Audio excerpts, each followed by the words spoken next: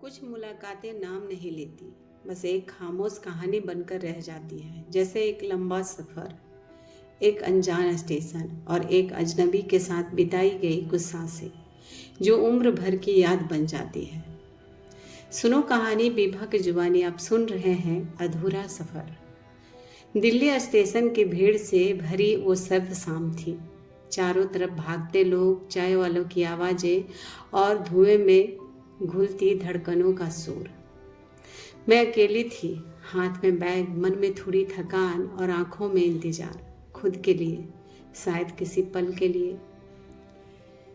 मेरी ट्रेन थी पूर्वा एक्सप्रेस। सफ़र लंबा था, दिल्ली से लखनऊ तक का, रात भर का। ट्रेन छूटी और तभी मेरी बगल की सीट पर कोई बैठा। एक सादा सा स्वेटर, हाथ में किताब और चेहरे पर गहरी सी मुस्कान। माफ़ कीजिए, क्या ये विंडो आपकी है या हमारी हो सकती है? मेरी ओर देखते हुए पूछा। मैंने हल्की सी मुस्कान दी और सिर को हाँ में हिलाया। वो बैठ गया। नाम नहीं पूछा, मैं भी चुप रही। लेकिन फिर उसने चाय मंगाई, 2 कुल्हड़। चाय सिर्फ पीने के लिए नहीं होती, सफ़र आसान करने के लिए भी होती है। बात शुरू हुई, नाम नहीं लिए, बस एहसास बांटे। उसने बताया, मैं लेखक हूँ, लोगों से नहीं, उनकी कहानियों से मिलता हूँ।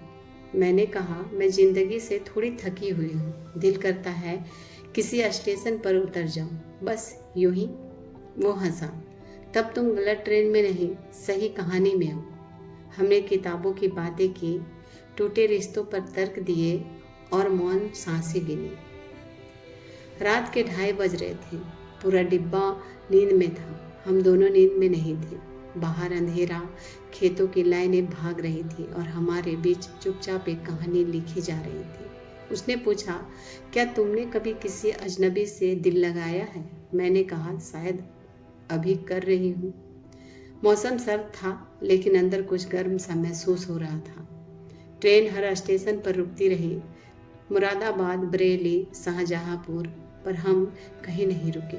उसने अपनी डायरी निकाली, मुझे दी, मैंने पढ़ी। हमारी खामोशी ने मुझसे मेरी सबसे प्यारी कविता छीन ली। अब मैं सिर्फ तुम्हें देखता हूँ और हर लफ्ज में खो जाता हूँ। मैं चुप रही, मन कहीं कांपा, दिल मुस्कुराया।